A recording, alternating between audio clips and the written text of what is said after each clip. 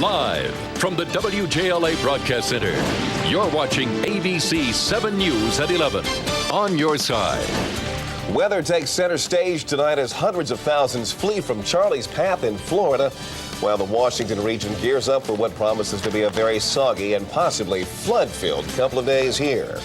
Good evening, everyone. I'm Leon Harris. And I'm Maureen Bunyan. Tonight, we have team coverage from both Florida and here in our area. That's right, but we begin right now with Joe Whitty. He's got the latest for us from the First Alert Forecast Center. Joe? We've got lots of changes, everybody, but first let's take a look at Tropical Storm, which now is downgraded to only a tropical depression, Bonnie. On our Viper radar, we see a batch of rain over South Carolina, over the Charleston area, and that is the cluster of thunderstorms that remains of Bonnie, and that is sliding northward at about 35 to 40 miles away.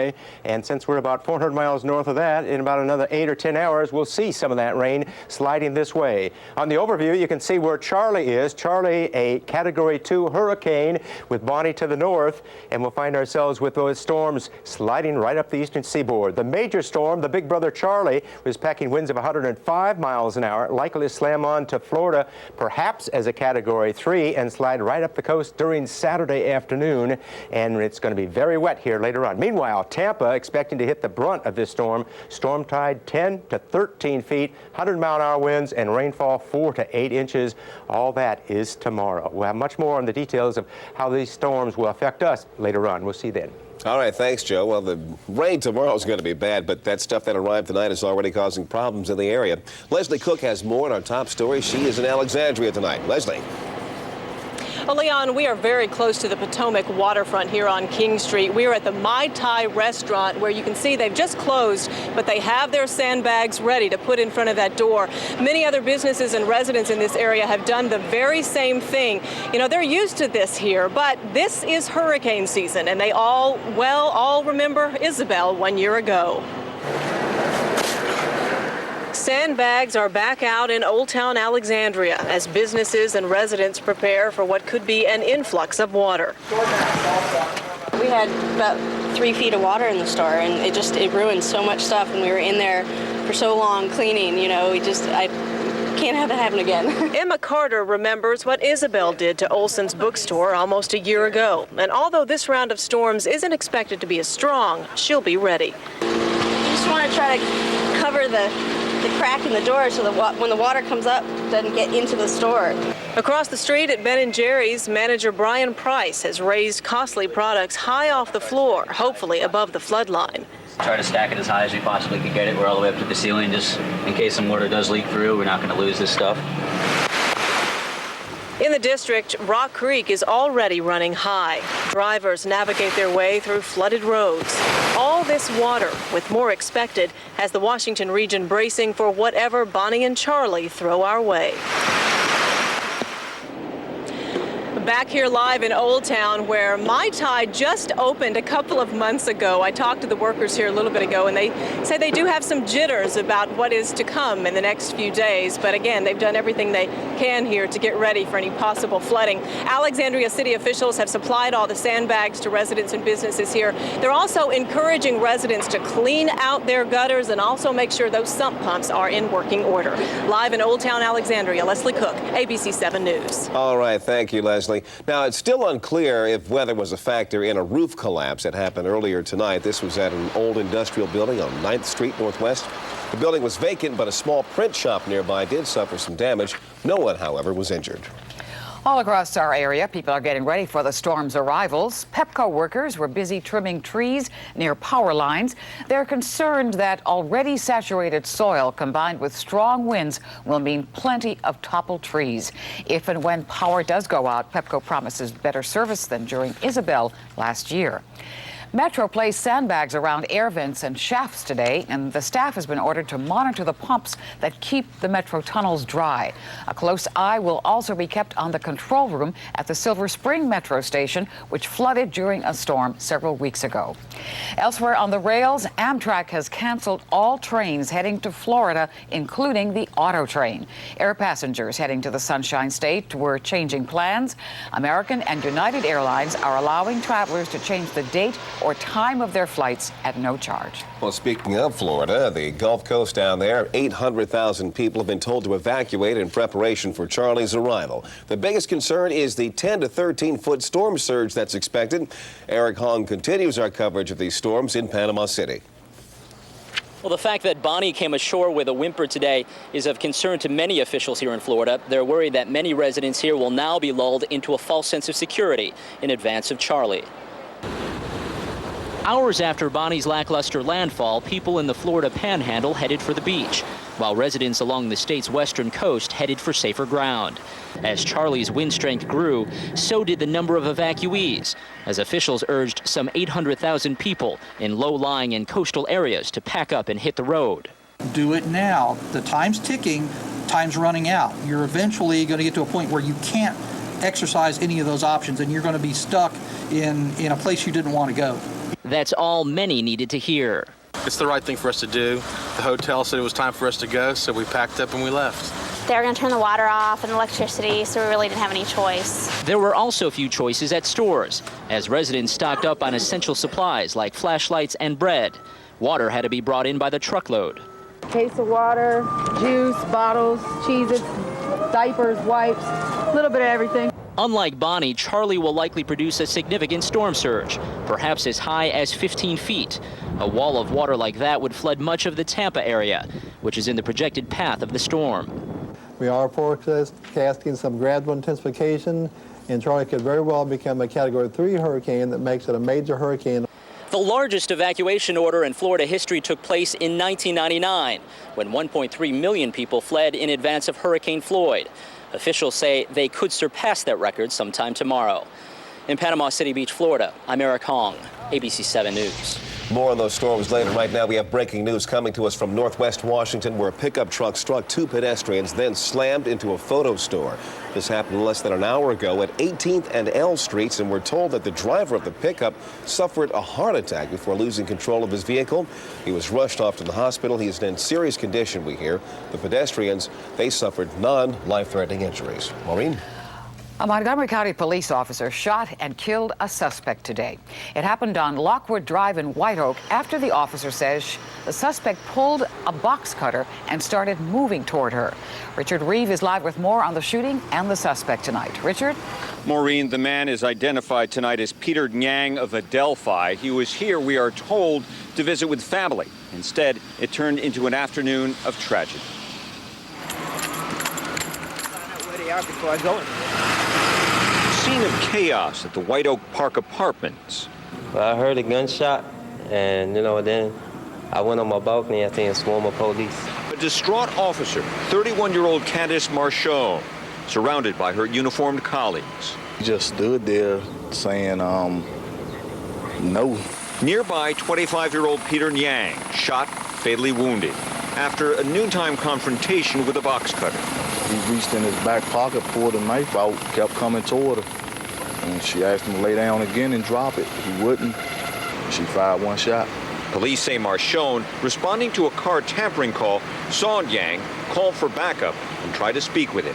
When he was within arm's reach of her, she was forced to defend herself. Yeah, I felt she did what she had to do. A male coming at her with a knife that close. First, she had her gun. She put it in her holster. She came by, kicked the knife away. Then she came and put it on her gloves. And I think she tried to hold his hand over his wound. Yang was transported to a local hospital. He was pronounced dead there. After the other officers arrived, then she stopped first aid. She walked away real emotional. His grieving family also distraught, trying to understand why this happened. Sad irony here. Nyang was here to visit with his sister who lived in the complex. We're told he arrived here late. His family had left and that events unfold. And now we're told the Officer Marchon, is to be kept on administrative leave. She is a 7-year veteran of the force. She will be on leave pending the outcome of an internal investigation. Reporting live, Richard Reeve, ABC 7 News. Thanks, Richard. Also in Montgomery County today, the search is on for a man who robbed a woman at knife point inside her own home. The suspect broke into the home in the 12,000 block of Loft Lane in Burtonsville this morning. He demanded the victim's ATM card and her PIN number. The intruder later used that card at an ATM in Silver Spring. A stunning announcement from New Jersey Governor James McGreevey today. And so my truth is that I am a gay American. I am also here today because shamefully, I engaged in an adult consensual affair with another man, which violates my bonds of matrimony. And at that point, he announced his resignation effective November 15th. The married father of two was joined at today's press conference by his wife, who stood by his side. The Democrat says that he had to resign because keeping the affair and his sexual orientation a secret would leave the governor's office vulnerable to rumors. McGreevey's former Homeland Security advisor is expected to file a lawsuit tomorrow alleging sexual misconduct by McGreevey. Meantime, California's highest court today annulled thousands of same-sex marriages. The unanimous ruling affects more than 4,000 couples who were granted marriage licenses early this year. The court said the ceremonies ignored state law, which defines marriages as a union between a man and a woman. While opponents of gay marriage celebrated, San Francisco's mayor said it's time for society to wake up. And taking a look at news around our region, police say last night's deadly shooting in Manassas is gang-related. 22-year-old Jose Escobar was shot and killed during a party inside a home in the Iron Gate community. Police believe Escobar was a member of the Salvadoran gang MS-13. The investigation continues into what caused this morning's house explosion in Prince George's County. Fire officials quickly extinguished the blaze. They say the fire began near the kitchen of the home, and they believe a natural gas leak could be to blame. The house was unoccupied and had been listed for sale. About 100 families are back home tonight in Tacoma Park. They were evacuated from their apartment buildings following a propane gas leak at a nearby gas station. An employee of the gas station was filling a small propane tank when the line of a larger tank broke. Coming up on ABC 7 News at 11, you'll never guess who wants to be the next director of the National Zoo. And Michael Jackson is going to be joined by his famous family for an unusual court hearing next week. But first, here's Scott Peterson as he talks with his former mistress, Amber Frey. You're watching ABC 7 News at 11 with Leon Harris, Maureen Bunyan, Chief Meteorologist Doug Hill Weather, and Tim Brandt Sports. This is ABC 7 News at 11 on your side. More recorded conversations between Scott Peterson and his former mistress were played during his trial today. And in one of the calls, Amber Frey confronted Peterson about his wife Lacey's disappearance. Peterson is heard on this tape admitting to Frey that he lied about his marital status and that it was her decision whether to go to police with the information. The court also heard Peterson promising a future with his mistress, the same time a search was underway for his missing wife.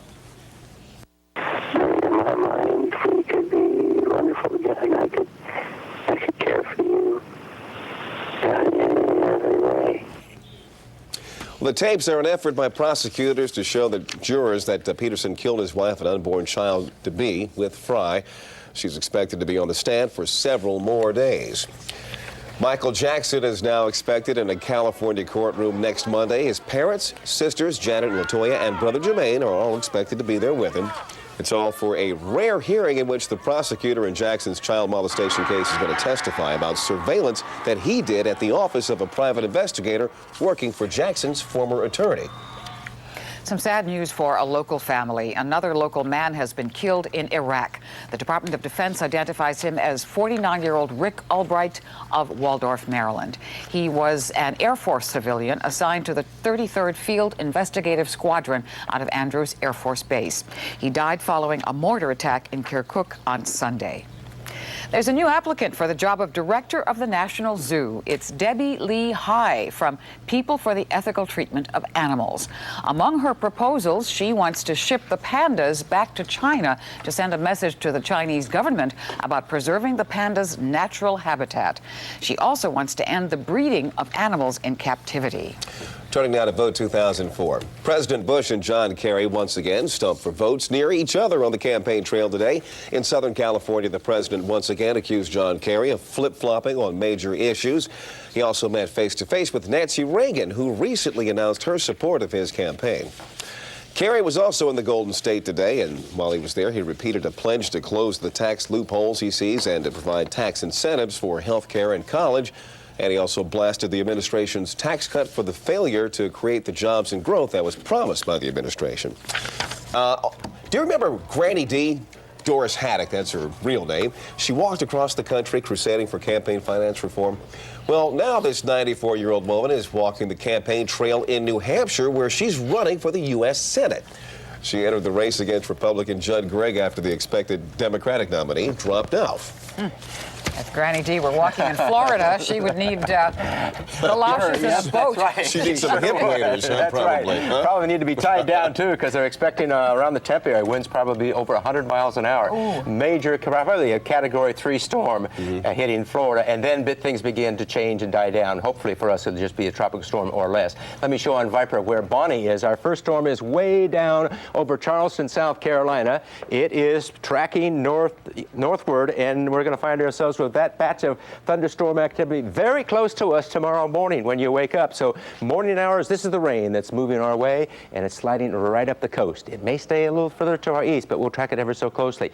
Let me show you what's going on. The latest here basically is that Bonnie is a cluster of clouds, only a tropical depression, but still packing winds of 30 miles an hour. Charlie, a Category 2 hurricane, a very powerful hurricane, and it is 1,200 miles to the south of Washington, D.C., but it's going to rip right up the coast, probably at about 40 miles an hour, crossing Florida as a hurricane, showing in red the hurricane area of winds, and then even into South Carolina as a hurricane. But notice the hurricane winds are getting smaller. The yellow indicate the tropical storm warning winds area, and it looks like it'll pass over our area sometime late Saturday, early on Sunday around midnight, with an area roughly this size, maybe of 35-mile-an-hour winds. That would make it a tropical storm, Charlie, late. Now, you've seen these cones. Basically, this is the range of air that we might have on these tracks way out 3 days out, and it could be as far north as the mountains of West Virginia or out over the open water. If it stays out over the open water, it'll be a much stronger storm. That's one possible track. It could slow down and only be in this area around midnight, or it could speed up and be way up in Pennsylvania. So a lot of variables here on our forecasting. It's still 3 days out before it arrives, so we have to track this one ever so closely. Meanwhile, because of the rain we've had, the rain we expect from Bonnie, and the rain we expect from Charlie, we have flood watches and warnings posted for much of the region, and there'll be more posted during the course of the next 48 hours until Charlie gets out of our neighborhood. Temperature now, 72 degrees. It is humid. Only a light breeze at 3 miles an hour. It'll pick up as Bonnie approaches, and also Charlie. So tomorrow, morning rain, heavy at times, possibly some thunderstorms included. Rainfall up to 2 inches, probably not a bad bet. Gusty winds near those thunderstorms, of course. There'll be some flood warnings. And then tomorrow, the morning showers give way to maybe a little peekaboo sunshine in the afternoon. And then it looks like Saturday, just sort of the reverse. We start out fairly dry and maybe a little sunshine. And then late afternoon, the showers move in from Charlie. And some of that rain from Charlie is really going to be soaking, I think. So we'll have to track Charlie ever so closely. So temperatures run close to 80 degrees. It'll be a little breezy when Charlie gets up this way, but we'll have to track that storm closely. After this, hey, we should have a quiet, calm spell, a chance to dry out. So that's what they all say. Yeah, right. Yeah, we all say that. Heard that one before. Thanks, Joe. All right, thanks, Joe. A famous flame comes full circle. It's the picture of the night, and it's next. Don't go away. Well, the opening ceremonies of the Summer Olympics are now less than a day away. And a glowing 2,500-year-old Parthenon is our picture of the night. This is so beautiful. After traveling 46,000 miles through 26 countries, the Olympic torch finally arrived in Athens today. And tonight it rests in a cauldron atop Acropolis Hill, where it will stay until tomorrow's opening ceremonies. Always gives you a little thrill and chill to see that. Well, it does, yeah. Almost hear the echoes of Zeus and Poseidon. Yeah, isn't that something? It'd be a great place to be right now. That really would be. Be fantastic. Drier than here. I tell you speak about things happening big. The Orioles fly high against the Angels today. Rain forces the Redskins to look for shelter, while the Ravens rain on the Falcons parade. Orioles, Falcons, Ravens. Tonight is for the Birds. Sports coming up next. It's time now for ABC 7 Sports with Tim Brandt. On a rainy night, the Baltimore Ravens use their strong defense to muddle things up for the Atlanta Falcons. Michael Vick is back and starts for the Falcons, but the Ravens show no respect for him. Watch this. Free safety Will Demps on the blitz sacks Vick, and that was it. The highlight, Michael Vick's night. That was the third and final play for Vick on the night. He was replaced by former Virginia star Matt Schaub, who throws this interception to number 32, Fred Weary. The 7-year vet out of Florida looks for a blocker, stays outside, scores. The Ravens roll on tonight over Atlanta, the final 24-0.